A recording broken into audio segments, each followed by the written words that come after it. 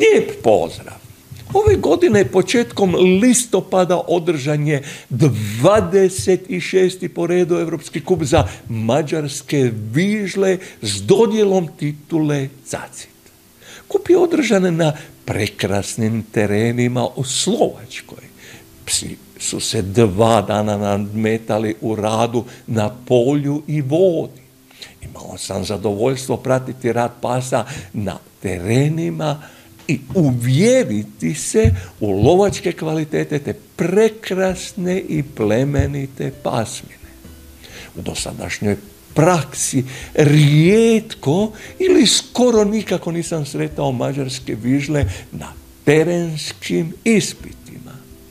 Vižle sam uglavnom sretao na izložbama oblika, te sam stekao dojam da su to psi za zabavu. Bio sam u potpunosti u krivu.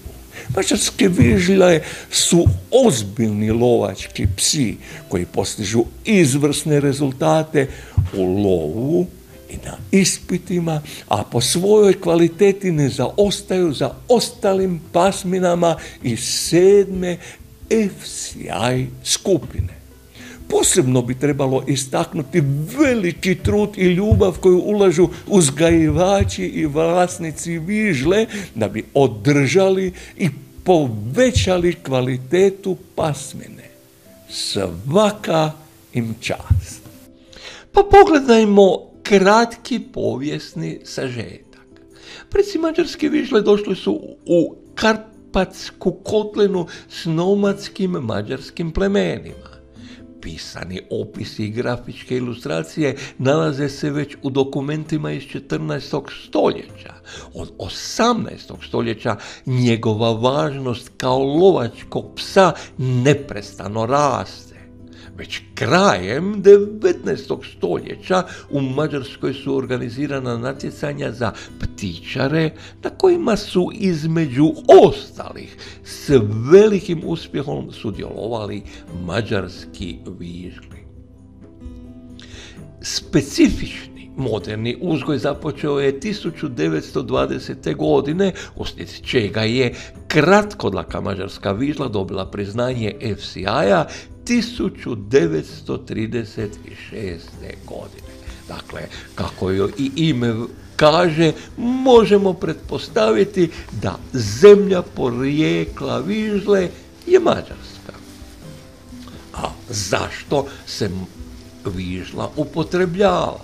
Pa to je svestrani lovački pas koji mora biti sposoban raditi u polju, šumi i vodi. A krase ga sljedeće tipične osobine: izvrstan nos, čvrstoća u radu, izvrsno aportiranje i odlučnost da ostane na mirisu čak i tijekom plivanja, u čemu očito uživa. Dobro se nosi s teškim terenima kao i s ekstremnim vremenskim uvjetima.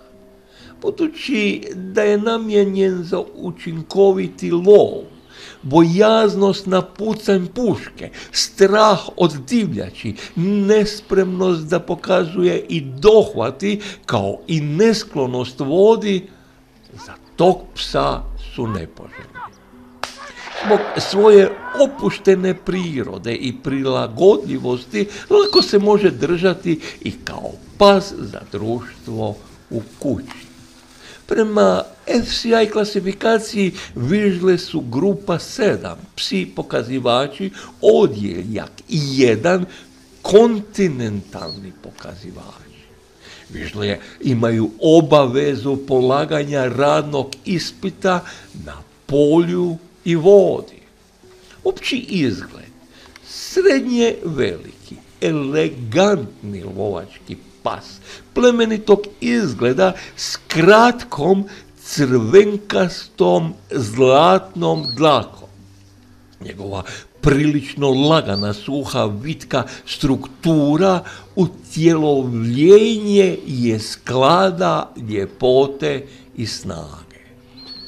Važni omjeri, Duljina tijela malo premašuje visinu grebena. Duljina prsa je nešto manja od polovice visine grebena. Njuška je nešto kraća od polovice duljine glave. Ponašanje i temperament.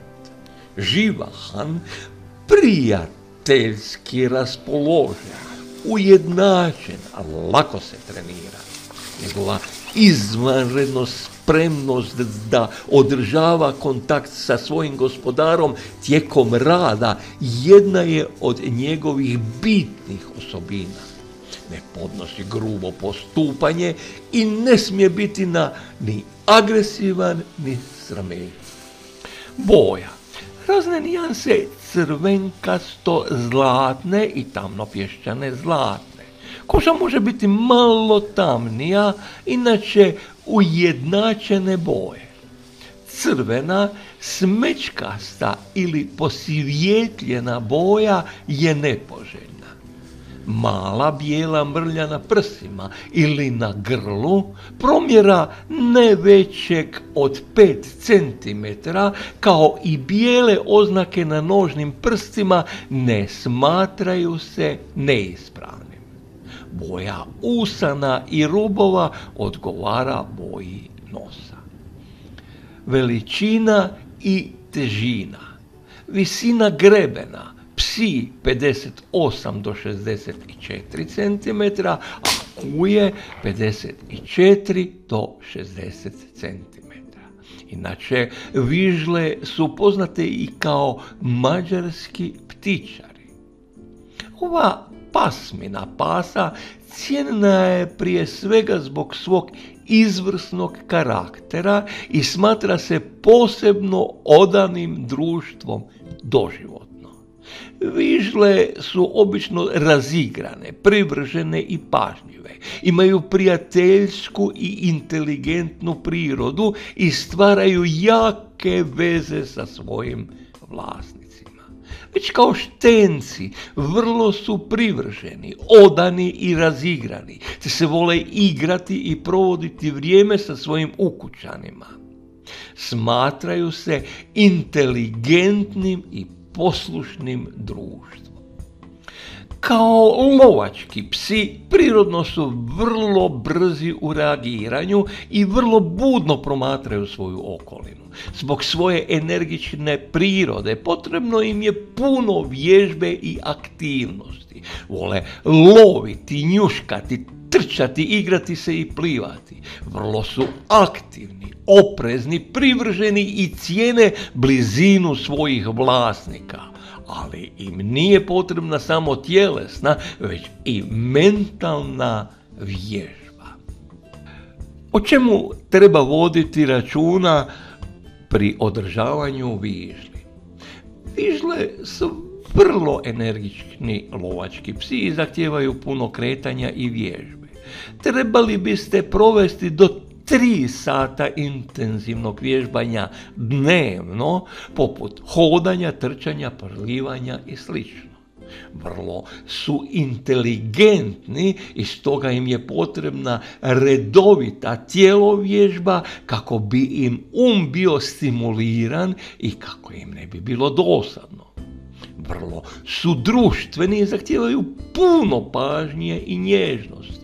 Trebali bi provoditi puno vremena sa svojim vlasnikom kako bi se osjećali ugodno. Izuzetno su znatiželjni i skloni lovu i penjanju, stoga ih na nepoznatom terenu ili gradu treba držati na uzici kako se slučajno ne bi ugrozili. Izuzetno su osjetljivi i osjećaju se ugodno u mirnom okruženju bez stresa. Ne smiju se držati u bučnom okruženju gdje se ne mogu povući. Na kraju bi zaključio. Poslije ove prezentacije vjerujem da njemački ptičari neće mirno spavati. Vižla se u velikom stilu vraća u lovišta i na pobjednička postoj.